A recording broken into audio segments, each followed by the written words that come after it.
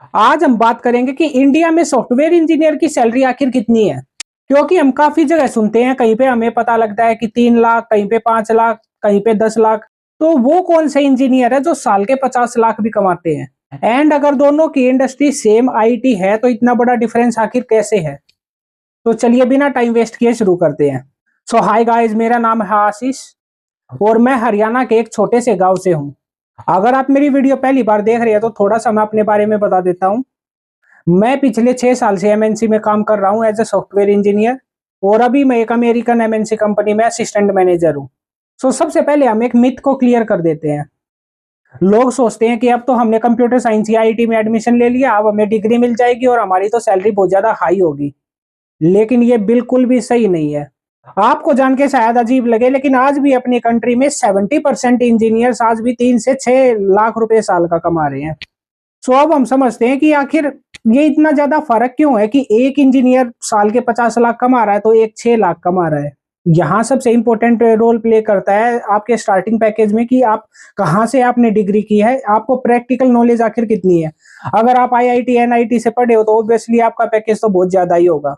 लेकिन अगर आपने भी किसी नॉर्मल कॉलेज से डिग्री की है तो आपका स्टार्टिंग पैकेज अच्छी से अच्छी कंपनी में भी 3 से 5 लाख रुपए के बीच होगा करंट मार्केट कंडीशन के हिसाब से। एंड आपकी सैलरी सिर्फ ना तो आपकी डिग्री डिसाइड करती है ना आपका एक्सपीरियंस डिसाइड करता है, एक इंपॉर्टेंट रोल प्ले करता है या मार्केट कंडीशन। अगर आपको पता हो तो अभी 2022-23 के अंदर सॉफ्टवेयर इंजीनियर की डिमांड इतनी पीक पे चली गई थी कि लोगों को बहुत ज्यादा पैकेज भी ऑफर हो रहे थे कम एक्सपीरियंस पे भी। और अभी फिलहाल आईटी के आने की वजह से जॉब मार्केट थोड़ा सा डाउन हुआ है। लेकिन अगर आप आज भी स्किल्ड हो या एआई टूल्स को यूज करना जानते हो तो आपके लिए अपॉर्चुनिटी कभी खत्म नहीं होगी। चलो हम एक सैलरी के बेसिक स्ट्रक्चर की बात करते हैं कि कितने एक्सपीरियंस पे कितनी सैलरी आखिर सॉफ्टवेयर इंजीनियर की रियलिस्टिकली पॉसिबल है। हम अभी नॉर्मल कॉलेज का एग्जांपल लेके चलते हैं। तो अगर आप आज एज ए फ्रेशर मार्केट में जाते हो तो आपको 3 से 6 लाख रुपए मिलेंगे। और वहीं अगर आपका एक्सपीरियंस 2 से 5 साल का हो जाता है, आप सीनियर सॉफ्टवेयर इंजीनियर बन जाते हो, तो उस केस में आपका पैकेज 6 से 12 लाख 15 लाख रुपए तक पहुंच सकता है। और अगर प्रोडक्ट बेस्ड कंपनी है, काफी बड़ी कंपनी है, तो 20 लाख 22 लाख तक भी ये पैकेज जा सकता है।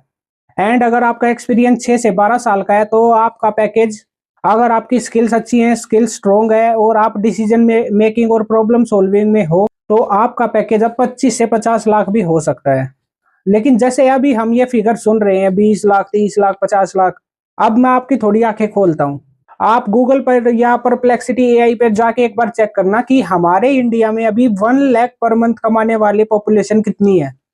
आप जान के हैरान हो जाओगे। अगर गवर्नमेंट का रिकॉर्ड देखा जाए तो 1 लाख रुपए पर मंथ कमाने वाले अपने कंट्रीज में सिर्फ 2 या 3% हैं।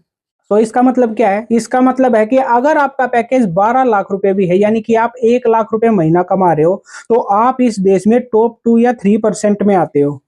एंड इसको अचीव करना कोई इतना मुश्किल भी नहीं है कि ये बहुत ज्यादा मुश्किल है, नहीं। लेकिन इसके लिए आपको सबसे पहले क्या करना होगा? सबसे पहले तो आपको फोन में रील को स्क्रॉल करना छोड़ना होगा। अपना नेटफ्लिक्स और गेमिंग का टाइम आपको पढ़ाई में अपने ऊपर इन्वेस्ट करना होगा। मेरे इस चैनल बनाने का भी सिर्फ एक ही मकसद है कि मैं अपने 6 साल के आईटी एक्सपीरियंस के हिसाब से मैं अपने गांव के या स्मॉल सिटीज के बच्चों को आईटी एमएनसी तक लेके जाना चाहता हूं। आपको मेहनत करनी है, लेकिन मेहनत करनी है आपको एक फोकस्ड, एक डायरेक्शन में, एक गोल के साथ। आपको कोई 20 घंटे 22 घंटे पढ़ने की जरूरत नहीं है। आप 1 से 2 घंटा भी अपने लिए डेली दोगे और आप अच्छे स्मार्ट तरीके से पढ़ोगे तो आप वो सब कुछ हासिल कर पाओगे जो आप सोच रहे हो। एंड अगर आपको किसी भी तरीके की क्वेरीज या आपका कोई भी क्वेश्चन हो तो आप कमेंट में लिखो और इस चैनल को सब्सक्राइब कर लो, क्योंकि मैं आपको डेली आईटी की 2 टिप्स शेयर करता हूँ जो आपको आपकी जॉब के और ज्यादा करीब लेके जाएगी।